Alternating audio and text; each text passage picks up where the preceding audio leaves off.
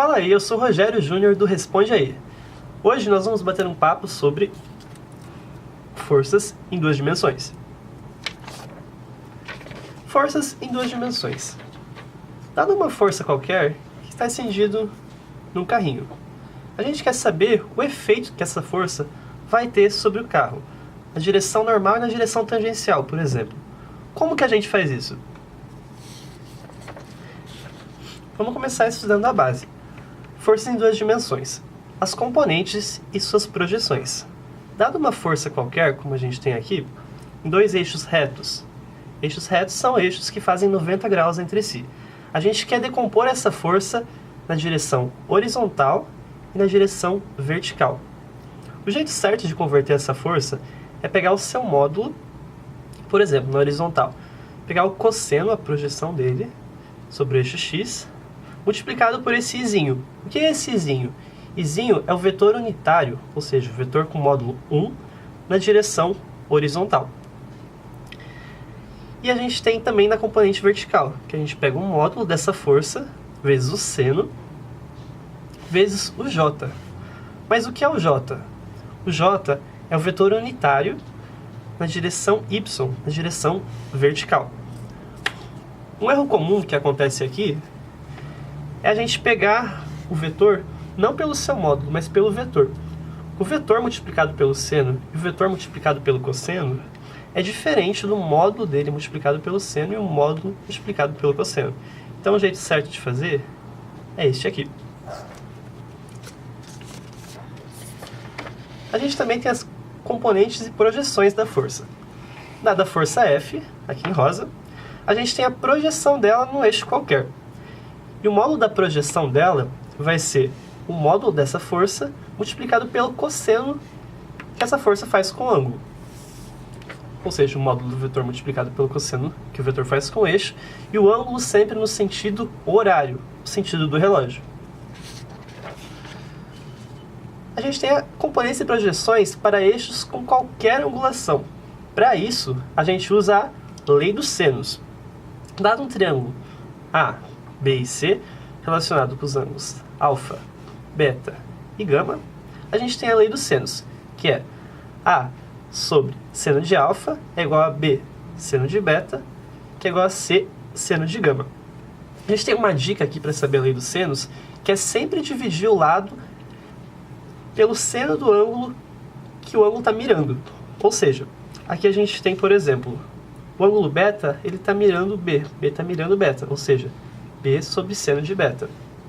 Para o alfa, o A está mirando o alfa, ou seja, A seno de alfa. O gama está mirando o C, ou seja, C seno de gama. E aqui a gente tem um exemplo. Dado dois eixos quaisquer, A e B, que eles fazem 60 graus com a força F, que está escrito aqui, a gente quer saber a projeção da força no eixo A e a projeção da força no eixo B. A gente usa a lei dos senos. Tal aqui, a gente constrói o triângulo aqui, e a gente tem que 60 graus para baixo com a força de B, 60 graus para cima com F de A, e a gente tem que o módulo vetor força sobre seno de 60 graus, que está mirando, é igual ao módulo da componente projetada em A da força sobre o seno de 60 graus, e também o módulo da componente da força em B sobre o seno de 60 graus. Tal que a força de A mais a força de B vai resultar em F, no componente vetorial.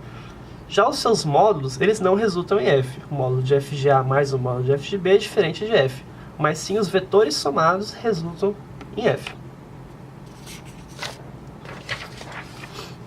Componentes na direção normal e tangencial.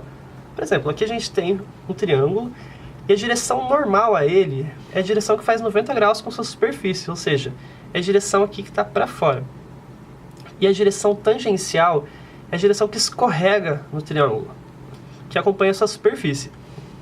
Para o carrinho que a gente viu lá no começo, quando a gente tem uma força no capô, que ele está em movimento e tem uma força no capô, a gente tem na direção normal para cima, 90 graus com o capô, e a direção tangencial é aquela que escorrega no capô.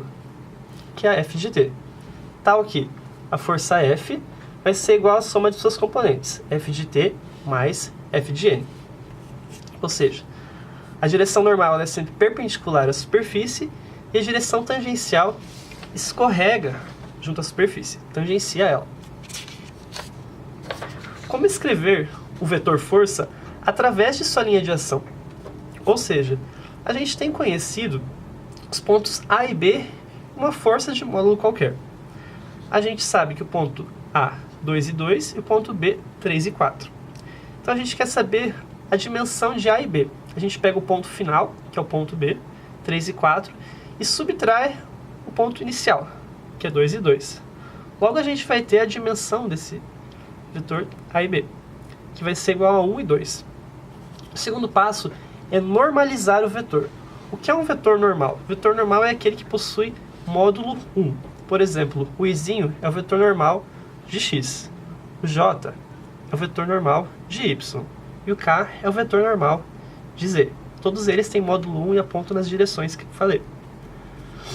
Então, para a gente normalizar, a gente tem que o vetor normal naquela direção vai ser o vetor naquela direção dividido pelo seu módulo. Onde, para a gente tomar o módulo de vetor, a gente faz 1 ao quadrado mais 2 ao quadrado, raiz, que é igual a raiz de 5, que vem do teorema de Pitágoras. Aí a gente divide o vetor na direção A e B pelo seu módulo, raiz de 5. E a gente tem o vetor na direção normal, 1 sobre raiz de 5 e 2 sobre raiz de 5.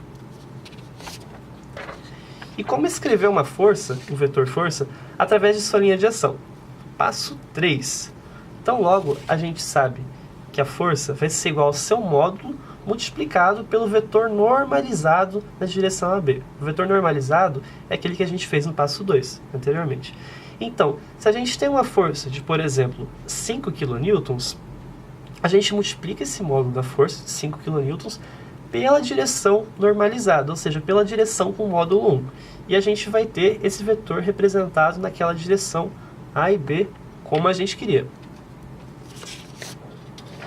E as resultantes? Como a gente faz as resultantes? A resultante ela vem da soma dos componentes, ou a regra do paralelogramo.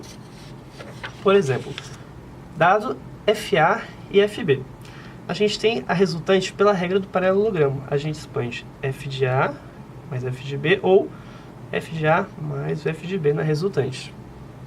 Ou seja, F de A mais F de B é igual a resultante, que é a mesma coisa que a gente somar a componente x de F de A mais a componente x de F de B mais a componente y de F de A mais a componente y de F de B.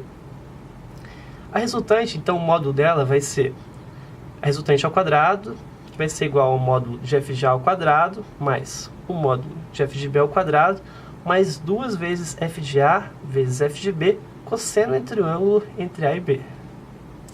E quando a gente quer somar vários vetores, a gente soma eles aos pares. Ou seja, a gente tem uma soma aqui, F de A mais F de B mais F de C mais F de D.